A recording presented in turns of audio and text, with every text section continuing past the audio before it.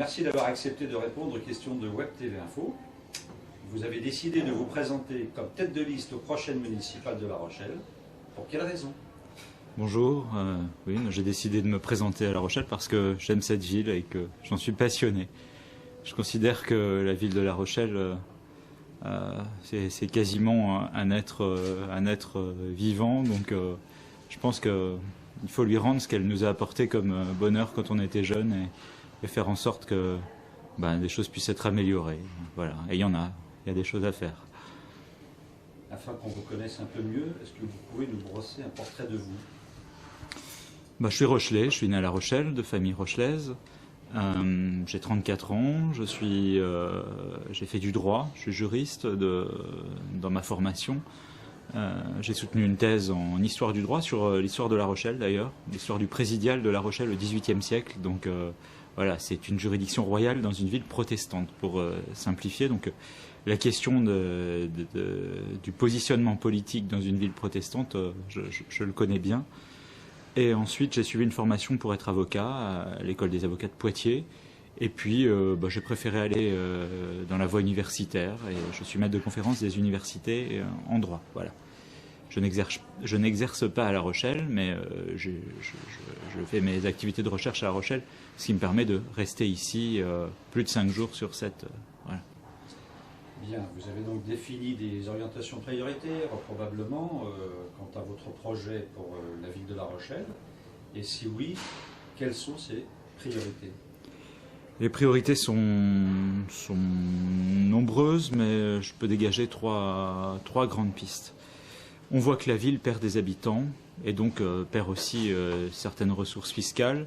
On voit que la ville perd des habitants, perd aussi une richesse, puisque la diversité des habitants fait aussi un tissu social extrêmement important. On manque quelquefois de bénévoles dans des associations. Donc la perte d'habitants, qu'elle soit du point de vue fiscal ou du point de vue de la vie sociale, est pour moi un souci. Je crois qu'il faut continuer à densifier l'habitat en ville. Néanmoins, on manque d'espace et un de mes projets majeurs serait qu'on parvienne à une échelle de moyen terme ou de plus long terme à parvenir à ce que j'appelle à une grande Rochelle ou un grand La Rochelle. Je ne sais pas comment vous préférez qu'on le formule, mais l'idée c'est, avec les communes périphériques avec lesquelles il n'y a pas de rupture urbaine, je pense à Étré, à Puylleborough, j'irai pas jusqu'à Dompierre pour l'instant, mais Périgny et puis Lagore. Je crois qu'on doit former une entité pleinement juridique qui serait ce que j'appelle la Grande Rochelle pour monter au-dessus des 100 000 habitants, pour être une vraie métropole entre Nantes et Bordeaux et constituer un point qui soit incontournable sur la façade atlantique. Je le dis d'autant plus que j'avais prévu ça, enfin j'avais prévu de l'expliquer dans mon projet de ville avant même que la réforme des régions soit remise sur la table. Je crois que c'est tout à fait judicieux d'exister pleinement, puisque ça nous permet d'avoir des dotations de l'État qui sont plus importantes quand on passe le cap des 100 000 habitants, notamment en termes de transport, en termes d'investissement économique. Et ce serait un gros point sur la façade atlantique si on est, par exemple, découpé et si on devient la ville la plus au nord de la grande région Aquitaine, par exemple. Voilà, donc c'est un des projets, cette Grande Rochelle. Néanmoins, je ne veux pas que ça fasse peur, parce que c'est pas parce qu'on a plus d'habitants qu'on vit plus mal. Je dirais même au contraire, parce que ça nous permet d'accentuer certains services, ça nous permet de mieux densifier, c'est-à-dire avec des programmes peut-être d'une qualité encore environnementale supérieure à ce qu'on fait. Pour l'instant, on se contente bien trop souvent de respecter des normes, le BBC, enfin, moi je pense qu'on doit aller vers des bâtiments, la plupart des bâtiments nouveaux, quasiment à énergie positive. Hein, et penser global, ça permet d'être plus performant. Je vais utiliser pour clore cette idée de Grande Rochelle. Je vois aussi que certaines communes de l'ONIS sont un peu esseulées avec la réforme, certaines se sentent isolées. Je crois que l'aire urbaine de La Rochelle a vocation, puisque les gens y viennent ou pour les transports, ou pour de la santé, ou pour de la scolarité. Je crois que l'aire urbaine de La Rochelle doit être un tout homogène. Et je finirai par cette image en vous disant que quand le cœur est plus fort, le corps s'emporte mieux. Voilà. D'autres idées en termes d'emploi, enfin, j'attendrai vos questions. Voilà, on aura l'occasion de revenir un peu plus précisément sur vos orientations. telles que vous les avez définies. Une question plus particulièrement dirigée vers la fonction du maire. Selon vous, quelles sont les qualités essentielles dont doit faire preuve le futur maire de La Rochelle et pourquoi? Deux qualités essentielles. La première d'être visionnaire, la deuxième d'être rassembleur. Je vais expliciter ces termes-là. Je veux d'abord commencer par une autre image. Bon, c'est peut-être ma vision historique des choses qui va me faire dire ça, mais le maire de Venise, vous savez sans doute qu'il est dit marié à l'Adriatique. Bien, je crois que le maire de La Rochelle doit avoir un vrai lien avec la mer et accentuer ce lien avec la mer, qui est une richesse.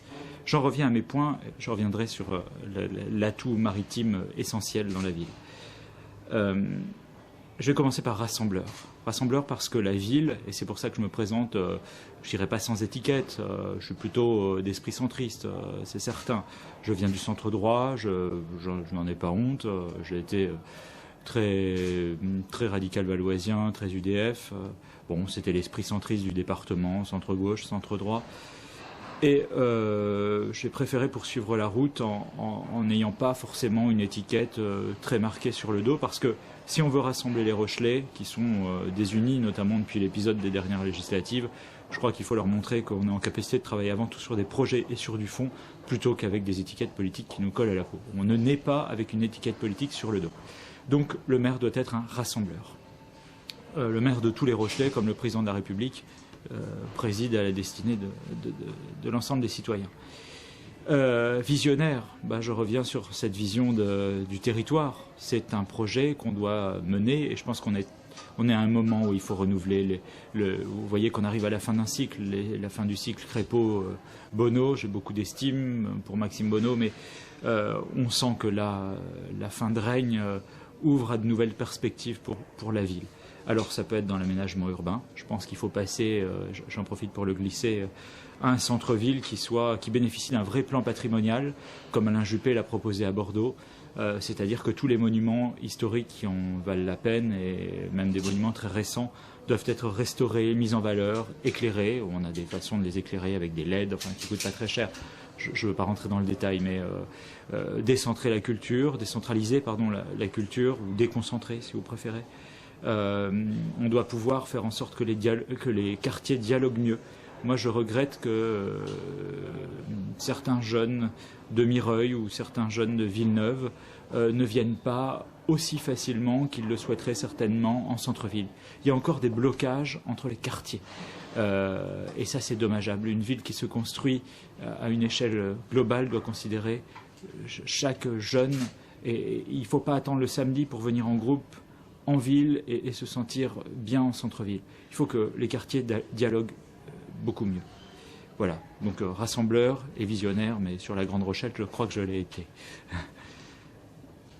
Pour quelles raisons les Rochelais et les Rochelaises auraient intérêt à voter pour vous et votre liste? La raison, il y a deux raisons essentielles, trois raisons essentielles à ça. D'abord parce que je pense que c'est au centre qu'on est là et qu'on peut rassembler les Rochelais, qu'on peut les unir.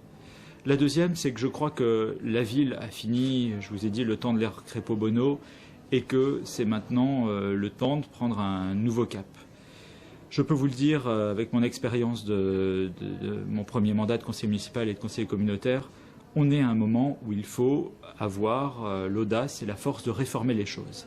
Alors, je ne vais pas taper sur ceux qui se présentent et qui sont là depuis plusieurs mandats, qui ont 15 ou 20 ans et qui veulent passer pour des personnes arrivant de manière blanche comme la colombe ou très neutre dans le débat municipal.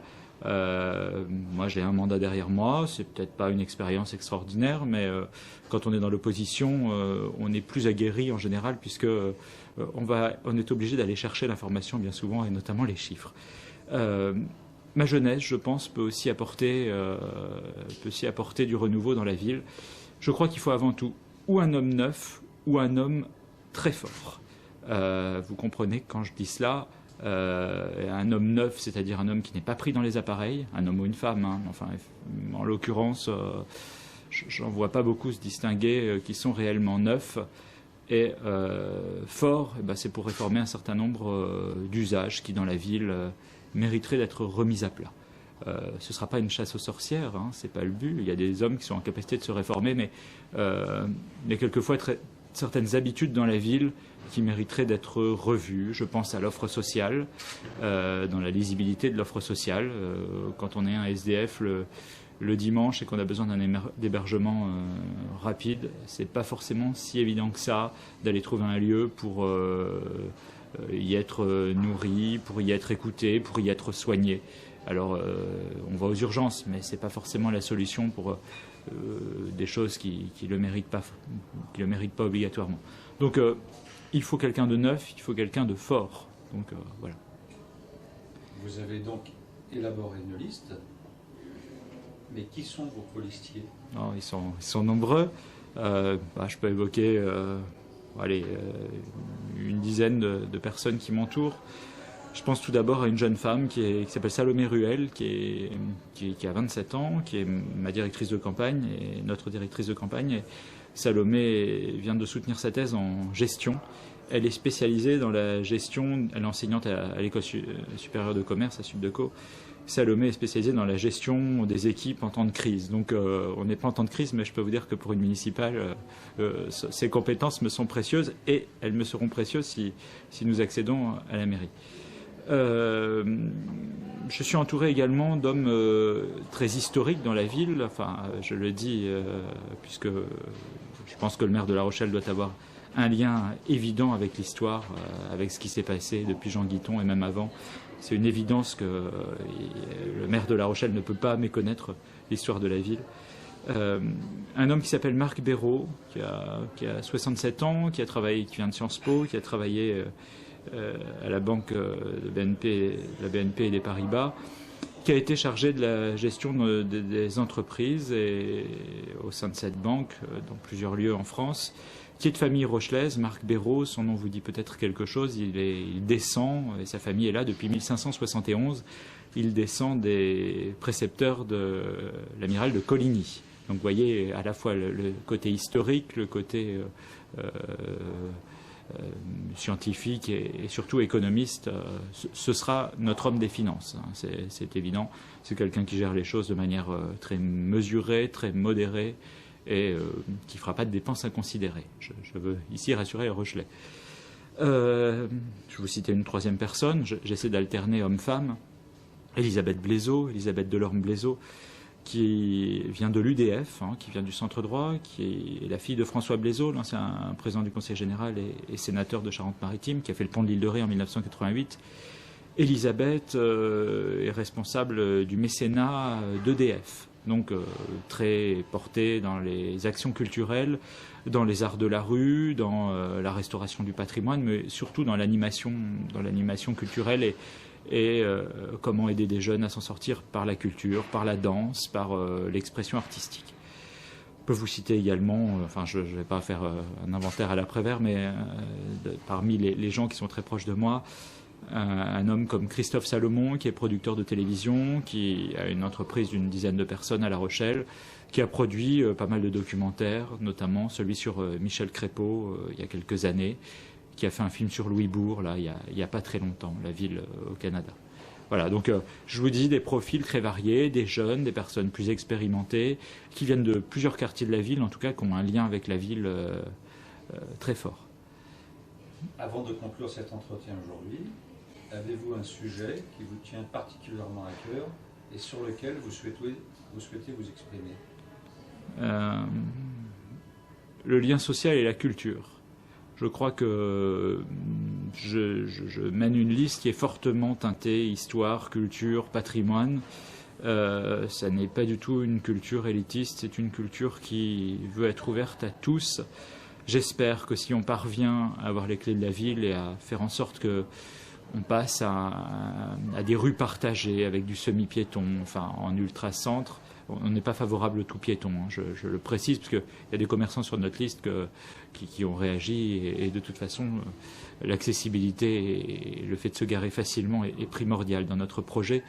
Mais je crois que c'est par la culture qu'on arrivera à fédérer les gens autour de La Rochelle, de tous les quartiers. La culture transcende les différences d'âge, de position politique, de provenance sociale. Donc notre gros axe est celui de la culture. Bien, merci beaucoup Arnaud Jolin d'avoir répondu à nos questions. Merci.